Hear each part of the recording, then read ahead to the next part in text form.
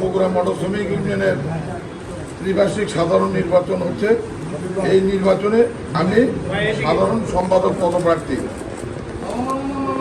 আমি আপনাদের জ্ঞাতার্থে একটা কথা জানাতে চাই, বর্তমান যে আমার সঙ্গে প্রতিদ্বন্দ্বিতা করছে সৈয়দ কবির আহমেদ মটিউ, সে একজন স্বৈরাচারের দোষক,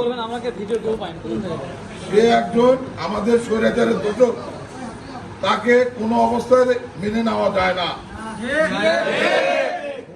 যার জন্যে আমি প্রার্থী হওয়ার পর আমার এই ছোট ভাইরা জাহাঙ্গীর, হাসান, মুকুল, শুভ সহ আমাকে বারবার তারা বলতেছে, ভাই আপনি এটা কি করতেছেন, দোষরকে কেন আপনি ইয়ে নিতেন, সঙ্গে নিতেন। আমি ভাই এটা তো আমার তো অজান্তে হয়ে গেছে আর কি।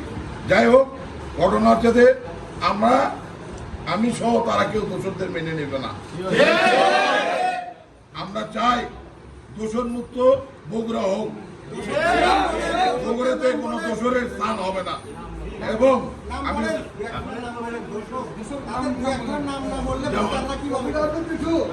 কবির আহমেদ মিঠু, তারপর যেমন আমাদের আব্দুল গফুর, ইব্রাহিম হোসেন, শামসুদ্দিন শেখ হেলাল, জালাল উদ্দিন, আনোয়ার হোসেন।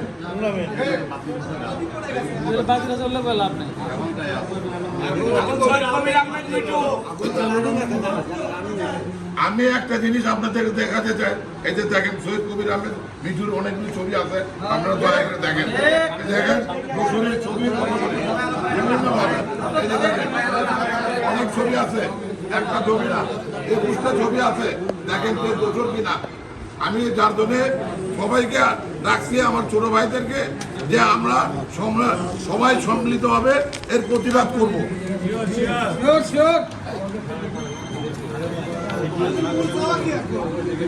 আমার মূল চাওয়া আওয়ামী লীগের নমিনেশন দিয়ে, আওয়ামী লীগকে নমিনেশন, আওয়ামী লীগের দোষরদের নমিনেশন দেওয়াই আমাদের ভুল।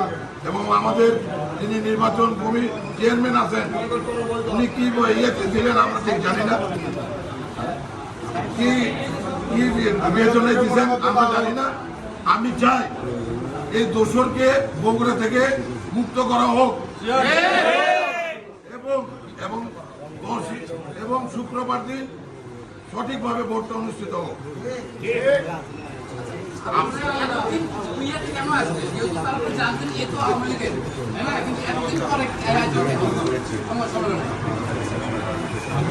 আমরা আশা করছিলাম প্রশাসন এবং বিভিন্ন পর্যায়ের লোকদেরকে আমরা জানাইছিলাম, বিভিন্ন এবং নির্বাচনী কমিটির চেয়ারম্যানকে আমি লিখিতভাবে জানাইছিলাম যে এদেরকে ইয়ে করা হোক, অবমুক্ত করা হোক। কিন্তু ওনারা এই কারণে ওনারা পদক্ষেপ নেন নাই, জানি নাই। যার পরিপ্রেক্ষিতে আমার ছোট ভাইদের তাদের প্রেশারে, বিশেষ করে তারা বলতেছে আপনি একটা ছাত্রের জিয়ার সৈনিক, আপনি কেন ওদের সঙ্গে ইয়ে করবেন। যার জন্য জি ভাই 6 জনের বিরুদ্ধে ব্যবস্থা নিয়েছে।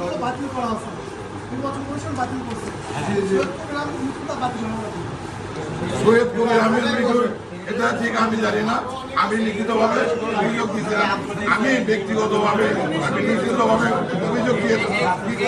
প্রশ্নের উত্তরটা আমি বলি, এই প্রশ্নের উত্তরটা হচ্ছে আপনাদের সাংবাদিককে দিয়েই নির্বাচন কমিশনারকে আমরাই প্রশ্ন মানে চাই, আপনারা প্রশ্ন করবেন তার প্রার্থিতা খেয়ে তারা কেন বাতিল করলো না। লিখিত অভিযোগ হয়েছে কিনা? অবশ্যই লিখিত অভিযোগ তো দেওয়া হয়েছে, লিখিত অভিযোগ দিয়েছে, আমি লিখিত অভিযোগ দেওয়ার পরও কেন ব্যবস্থা নেওয়া হলো সেটা আমি ঠিক সঠিক জানি না। আমাকে নির্বাচন যেহেতু করতে হবে, আমি ওর প্রসঙ্গে আর যাই নাই, আমি নির্বাচন মাঠে দাঁড়াই গেছি। এই ব্যাপারে সর্বশেষ জাহাঙ্গীর ভাই, আমাদের যুবদলের সভাপতি জাহাঙ্গীর ভাই বলবেন।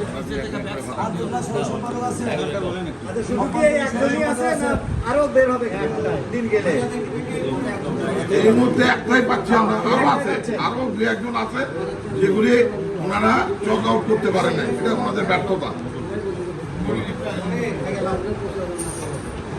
ওটা পড়েন আপনার সাংবাদিক সম্মেলনে করতে আসছেন।